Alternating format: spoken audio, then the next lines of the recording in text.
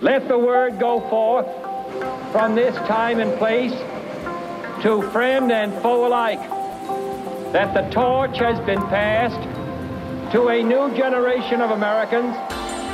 1960. It was the dawn of the Golden Age. Americans believed they were standing at the beginning of a new era. Kennedy's election set the tone for government possessing big answers to big problems. However, that golden age never materialized. The assassination of Kennedy and the continued fight in Vietnam were just the beginning of an era of confusion.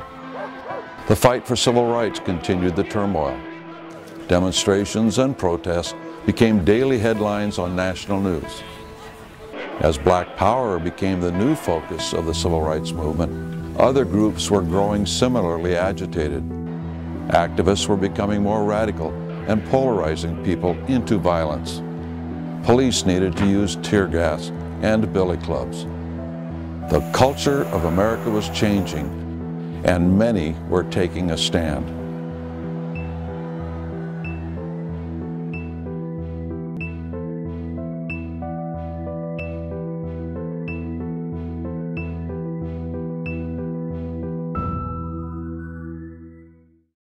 With the stated purpose of fighting hate and bigotry, the Southern Poverty Law Center, or SPLC, emerged in 1971. Claiming to seek justice for the most vulnerable members of society, they became known for battling racial and social injustice through the tracking of hate groups, which they publicize on their hate map and publications. The Southern Poverty Law Center has exploited numerous landmark legal victories. They claim to topple institutional racism in the South and bankrupt our nation's most violent white supremacist groups. They continued supposedly winning justice for exploited workers, abused prison inmates, disabled children, and other victims of discrimination. While it is true that the Southern Poverty Law Center exposed militant extremist organizations such as the KKK or neo-Nazis, they also attack many groups or individuals based on their political beliefs or views. Allegations made against these people are often untrue or hateful. Dr. Carol Swain is a professor of political science and law at Vanderbilt University. She has come under attack from Mark Potok of the SPLC, called her an apologist for white supremacists. Now, that is a very serious charge. She is also the author of a couple of books on white supremacism, so she is very much opposed to it and has written extensively on this. She says that she was attacked primarily because she opposes open borders immigration, and for that, she says, she was attacked by the Southern Poverty Law Center and smeared by them. Many individuals and organizations are smeared with charges such as these. A large number of black ministers across the country are continually smeared by the SPLC for their outspoken view on homosexuality. These attacks are not just made in local newspapers, but also through the SPLC's web page, their Hate Watch, and their intelligence report. This publication is distributed quarterly to law enforcement agencies, the media, and the general public. Through it, the SPLC has been very effective in swaying the public's perception. They have also been effective through a tactic known as the sandwich smear. Morris Dees and the SPLC have perfected the sandwich smear. That is a tactic which takes a legitimate person or organization like the Family Research Council and sandwiches them between two notorious, odious images or organization. Or in the narrative text, weave in references to neo-Nazis, violence, extremism. They aren't specifically saying that this individual or organization is a neo-Nazi or Ku Klux Klan, but they know that those images and context will actually affix that label to the individual or organization that they're targeting. Smearing, or placing organizations and individuals in a bad context, only produces more hatred. Effects of these tactics are influencing areas of great importance. Since the 1990s, the Southern Poverty Law Center has utilized its connections with the Clinton administration and the media to develop very close relationships with the Federal Justice Department and the FBI. It has parlayed that relationship into ties with federal, state, and local police agencies. With these connections, the Southern Poverty Law Center has been allowed to provide training and intelligence to federal, state, and local law agencies. A portion of these training sessions consist of information on hate groups. Their influence doesn't stop there. SPLC resources are increasingly being used by certain agencies of the federal government. One in particular is the Department of Homeland Security. In 2009, they issued a report on violent right-wing extremism. This caused many problems for the Department of Homeland Security, their Secretary Janet Napolitano, and the Obama administration. This report targeted veterans returning from Afghanistan and Iraq as being prime candidates for involvement in right-wing extremism and terrorism here at home. Many veterans groups rightfully got upset with this and put pressure on the administration, and the Department of Homeland Security and Secretary Napolitano was forced to sort of apologize. She said she was sorry that this report had offended veterans. But it went beyond that. It targeted people who are opposed to the United Nations, people who are opposed to abortion, and lumped them together with actual terrorists and extremists around the country. Napolitano resisted attempts by members of Congress and the public to have the sources and provenance of this report released.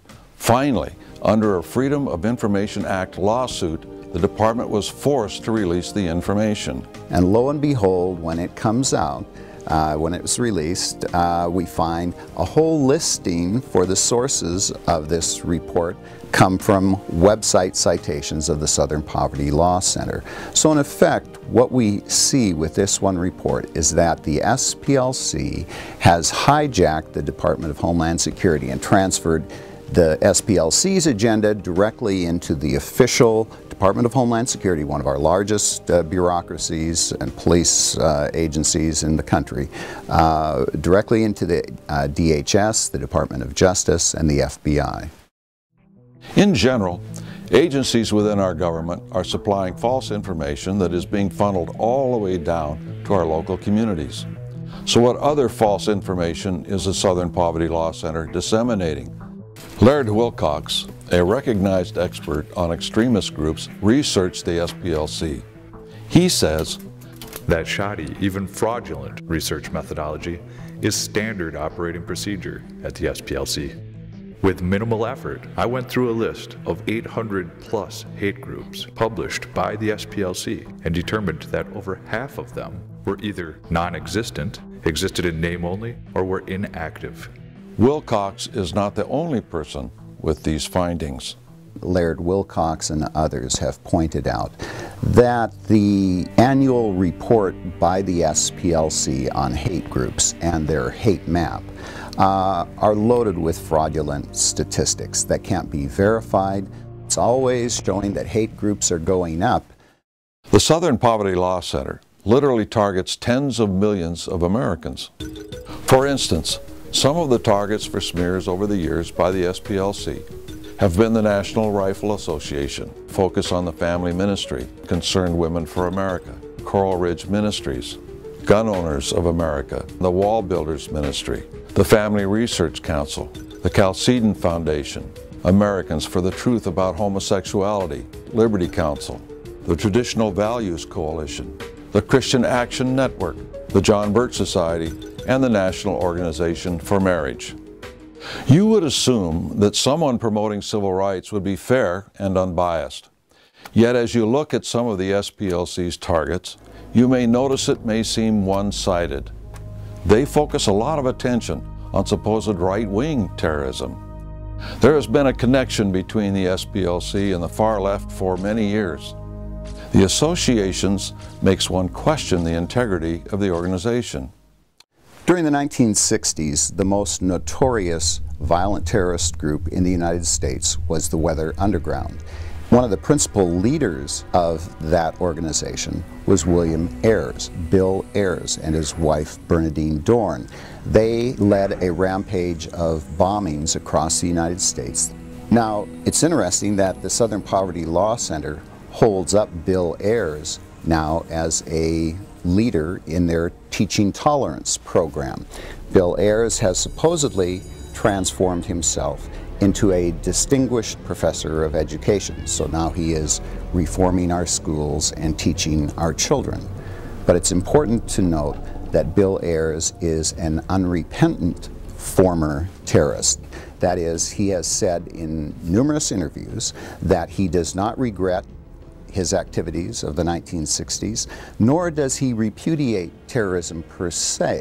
That is, he said he cannot rule out using it again in the future. So why would an organization dedicated to fighting hatred and bigotry support such people? As you look closer at the Southern Poverty Law Center, you will find they are not what they appear. When searching websites on the Southern Poverty Law Center, you will find the organization is supported mainly through donor contributions.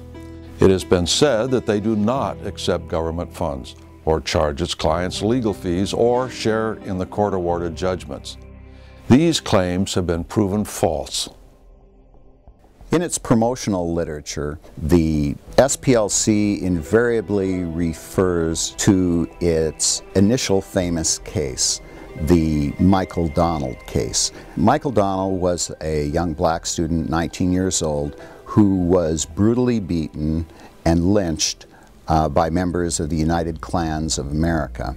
That crime was prosecuted and the Klansmen were convicted.